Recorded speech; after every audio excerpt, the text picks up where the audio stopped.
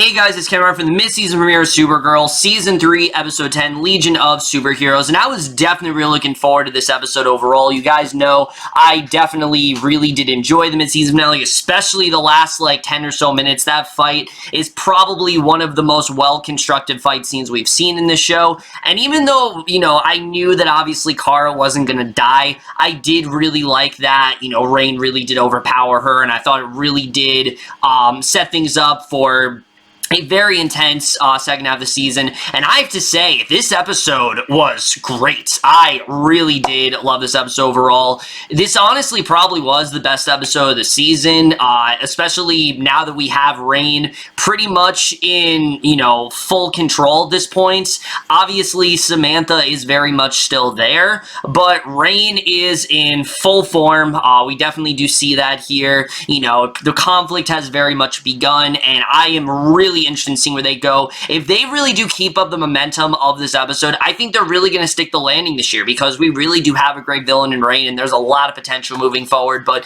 let's just get into this episode because I definitely do want to talk about it, and I really do love the way the first 15 or so minutes of this episode are done. We see Kara, she wakes up in her bed, she gets up, and obviously we know Kara's going to wake up. So the show doesn't try to cheat us with that. They know very well that Kara, we know that Kara's gonna live. We know that they're not trying to fool us into thinking that she's gonna die, and I like that. A lesser show, I don't think would have done that. They would have just tried to make us think, oh, maybe Kara's gonna die, but I'm glad they didn't do that here. We see instead, they do something actually really creative with this. Someone knocks at the door, and when she answers, she finds this green-skinned teenager there, and he loudly says that Supergirl is talking to him. She drags him inside. The visitor says that he's Quirrell-Dox, aka Brainiac 5, and he is a Legionnaire. And I really liked this character overall. I really do want to see him again because I think he was just a lot of fun to watch, but he explains that Mon-El sent him to make sure that her brain patterns are intact even though she's in a coma,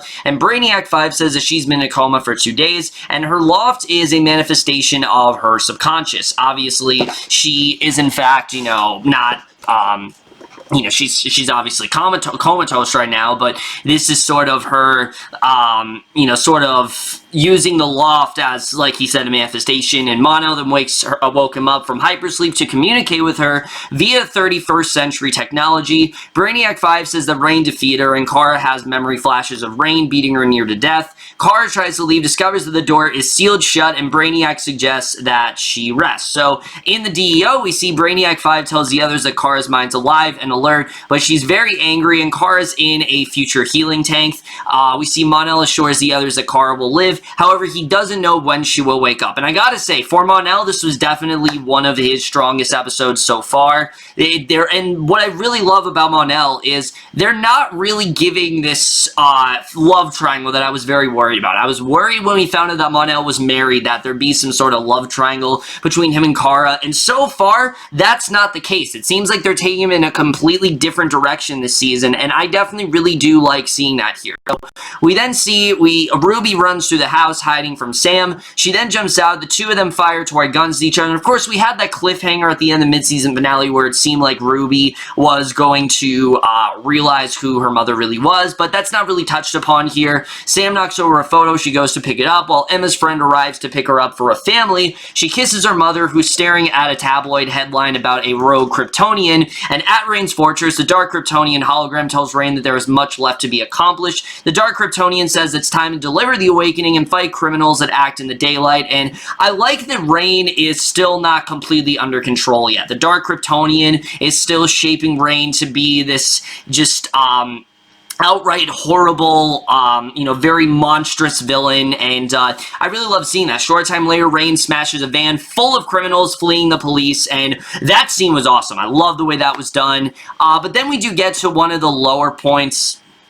However, not everything this episode was fantastic. In fact, the weakest element definitely had to do with James and Lena, where you guys know I really wasn't a fan of this storyline in the mid-season finale. Still not really a fan of it. Now, I will say, I like it because it gives James an arc. James is a character who has kind of been dead weight in the show for a while. It seems like they just haven't really known what to do with it. But like I said, not everything in this episode was absolutely fantastic. In fact, the weakest element of this episode easily being the dynamic between James and Lena. You guys know I was not really a huge fan of this in the mid-season finale, and I'm still not really a huge fan of it now. I think it's just kind of forced, and I don't really like it. Now, I will say, I do enjoy it to a point because it does finally give James something to do. James is a character that's been kind of dead weight in the show for a while, and they've kind of been figuring out what to do with him. So this does give him something to do. It's just this arc in general does feel kind of forced. We see at Catco, they're watching newscasts about the fight between Supergirl and Reign. Lena asks if Kara's in, and James is making excuses for her. Sitting on her desk, Lena says that they should talk about their kiss when Kara comes in, pointing out that James and Kara used to date. Reign tosses a criminal through the window and flies in, tells the staffer to turn his camera on her. He does, and Reign says they've allowed sin to fester and have looked away. And that's what I like about this episode. There really isn't a lot of time to dive into this because we do in fact have Reign pretty prominently throughout this episode. And from now on, there will be no mercy, only justice. Reign insists that she's there to help and then flies away. So later, Mon-El and the others watch the newscast, and we see that, John is wondering how they can defeat her without Supergirl, and Wynn suggests that the Legion help them. So Mon-El says that it can't be their fight, tells John that they're on a mission, any involvement with Reign could endanger it, and Brainiac 5 explains that there was a catastrophe in the 25th century, and they lost their historical records, and all they know that Reign does leave eventually. So John suggests that the Sundown Protocol, a contingency plan for taking down Superman with every Kryptonian weapon they have. They still have the kryptonite from Colville's probe, and Alex says that there's someone she needs to talk to first. So at the prison, she meets with Thomas, and I like that we saw Thomas again. You know, Thomas is one of those characters where I like that they have in fact been using him to their advantage. You know, we got introduced to him in that cult episode, and he's still been pretty big in the show since. He discovers that someone gave him a black eye. She asks him what he knows about the Reign and the Beast, because of course, as we know, Thomas has a lot of knowledge about Reign, and Thomas warns that Reign has in fact already won. So, you know, she pretty much is unbeatable at this point. And Thomas says that Supergirl refused her faith and failed the test, and Alex insists that Supergirl will defeat Reign, and unimpressed, Thomas says that Supergirl lost so that Reign can prepare them for what comes next, and Alex tells him to never underestimate Supergirl. So I do like that Alex has this faith in her, but at the same time, we did see what Reign could do to Supergirl. So I do think Alex isn't really thinking realistically here. I think she's taking more of her hope and kind of,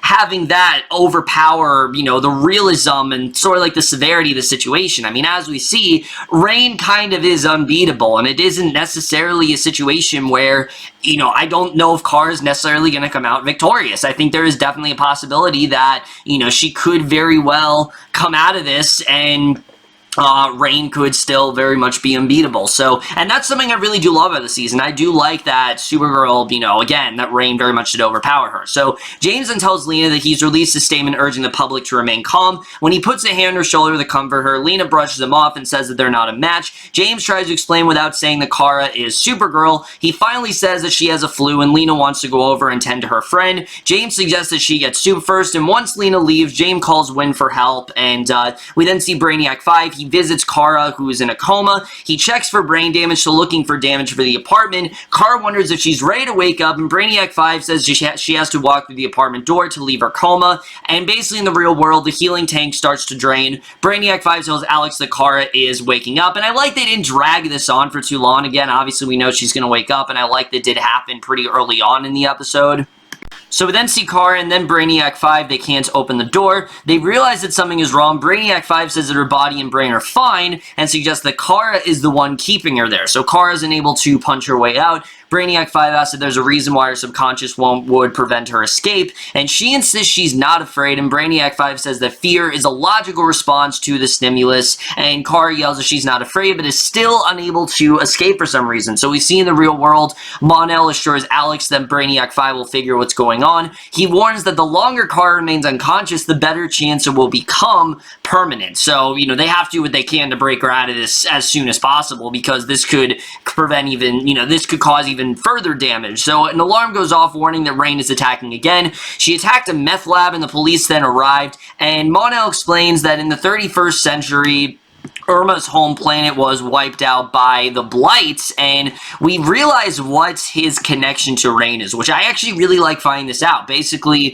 Brainiac 5 found a way to defeat them, and they hid the information in the DNA, and if they did, then their DNA never makes it to the future, and everything is lost. So, basically, that's his big connection to Reign. That's how Reign actually plays a big part here, which I actually really did like seeing, and, you know, basically, Reign has this information, and obviously their lives are kind of on the line here. So Kara needs to break out of this as soon as possible, but it also shows that this is definitely kind of personal for Mon-El and for Imra, which I do actually like seeing. So Alex checks with John, who says that they still need at least an hour to prepare the weapons, and Wynn tells John that James may have gotten Kara into trouble with Lena. John goes to Kara's apartment, assumes her form, and pretends to be sick, and Lena then knocks on the door, and John then lets her in. John tries to put her off, and Lena storms in. He tries to pass as Kara, and Lena tells him that she and James kiss. She explains that James started acting odd and figures that it's because her brother is Lex and Superman is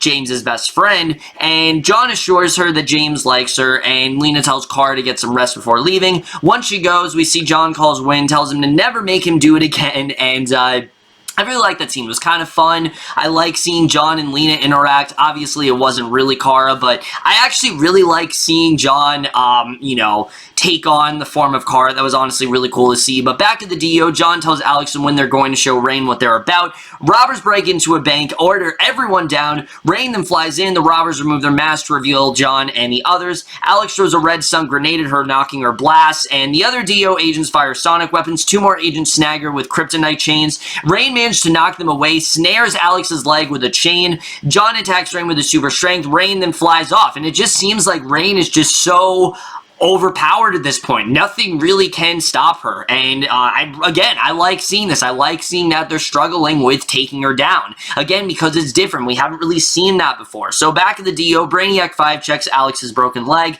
Alex points out the kryptonite hurt Reign, but not enough, so they need to put it in her bloodstream, and Wynn wonders who is strong enough to do that. Mono and Imra then look at Supergirl. Mono insists that it's not their fight. Imra reminds him of Bon Jovi saying to fight and that they're sworn to help people, and Brainiac 5 then asks Kara why she's cleaning. She says she likes putting things back in order. She figures that there's something there that her subconscious wants her to see, and Brainiac 5 admits that she might be right. So Alex sits next to the comatose Supergirl, apologizes for pushing her into fighting ring, because if you remember, Alex was the one who, you know, kind of, persuaded her to do that. She said, you know, you can't let Reign get the best of you. You have to take her down, and now they're in this situation. So she doesn't know if they can do it without her. Brainiac 5 then watches from the hallway, and Kara then finds a photo of her childhood pet cat, Streaky. She tells Brainiac 5 that they were friends. Streaky appears in a chair. Kara talks about how she practiced being gentle so she wouldn't hurt him, and John then tells the others that Reign is looking for bigger targets to teach them the truth. An alarm goes off, warning that Reign is hitting the Albatross Bay prison. John then prepares to go, but Mon-El and Imra say that they'll go. They don their battle costumes, and Legion flight rings and head out, and we then get what is easily one of the best action set pieces we've seen in this show.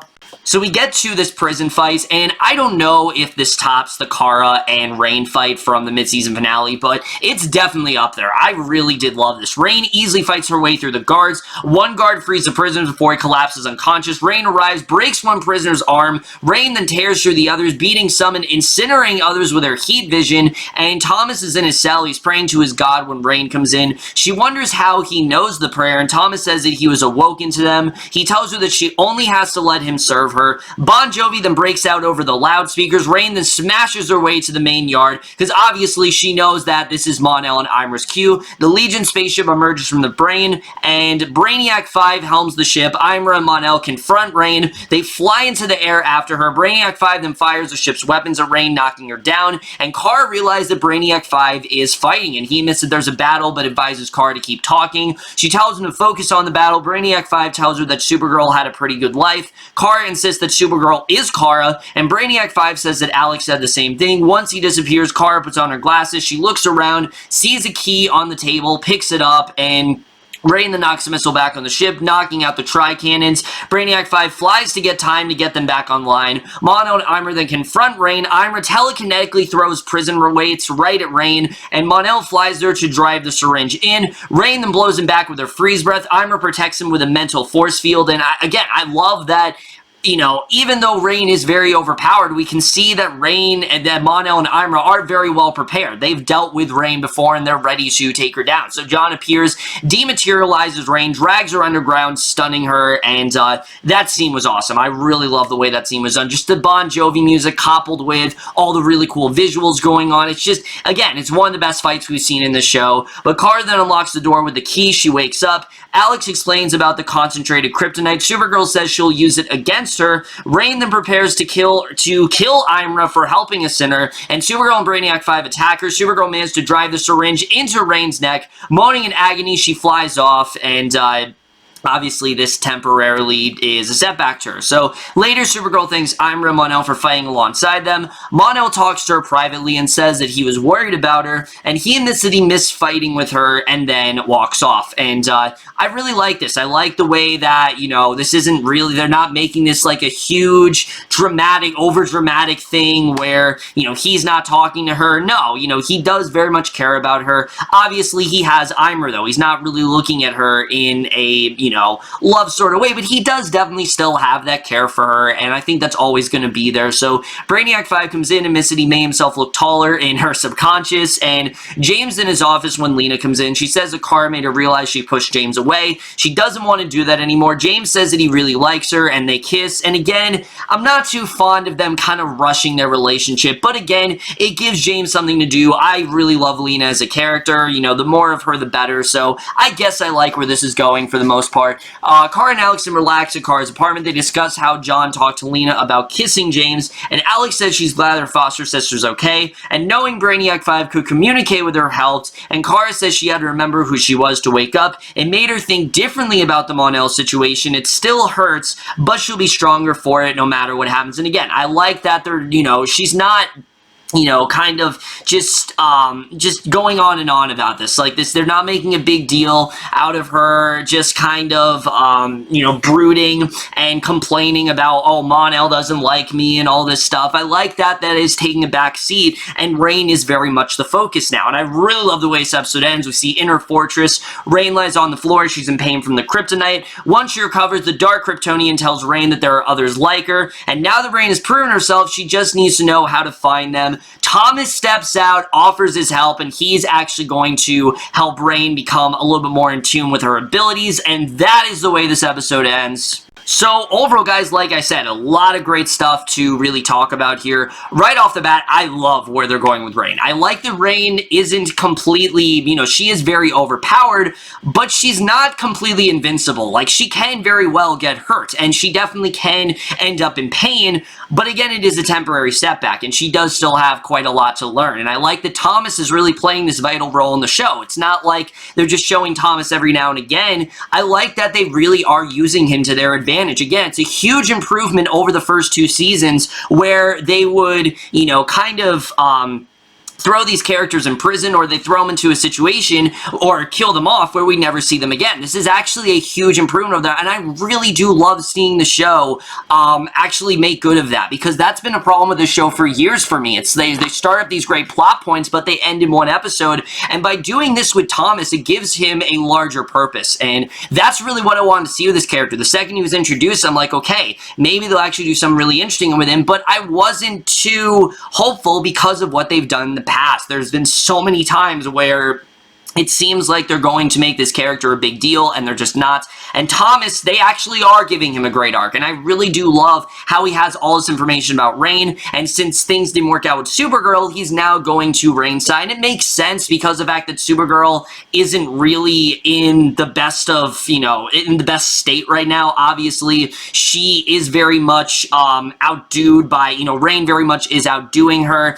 She's very outnumbered in that way, and obviously Thomas is now going to turn to Rain's side, so I'm looking forward to seeing really where that does go. But I do like that Samantha is very much still there. Like, Samantha is very much around. It's just, you know, both sides are a big part of her, and I'm interested in seeing how the Rain persona of her actually is going to overpower her, because I do very much think that's going to happen eventually, and how Ruby's going to find all that out. It's going to be interesting to see what the show really does do with that. But I also really love the way the show is handling Kara and Mon-El, because, again, they easily could have done this thing where there's this dumb love triangle where Kara still wants to be a Mon-El, but he's with Imra, but they're actually doing a really good job of showing that, sure, obviously, he does still care for her, and sure, I think there's a part of her that still wants to be with him, but she knows she needs to get over it, and she knows there's other things she really needs to focus on, and Mon-El does truly care about her, and she does really care about Imra. Imra is very good for Mon-El, and now we have a larger reason for these two to be in the story. Obviously, they've dealt with Rain before. There's a lot of information that they know that they need to keep, you know, as hidden as possible, and, you know, they want to keep it in that DNA, and you know, obviously, if they die, then that's going to leak out, and they want to keep that information as secret as possible, and that's something that I definitely really did like, and obviously, they want to make it to the future, and obviously, you know, Brainiac 5 knows how to defeat them, but they need to keep that in the future, and I really am interested in seeing really how that does play out. Brainiac 5, I really do like as a character. I do hope we see more of him as the season does go on, and again, I like this more futuristic element. It's something different. It's something we haven't seen before, and that's something I very much do enjoy this season. I think that definitely is very well done. Also, I really liked Alex's arc here, how she kind of was taking the blame for Kara being in that coma, and it's understandable. I mean, Alex was the one who was pushing her to fight and was saying, no, you need to take her on.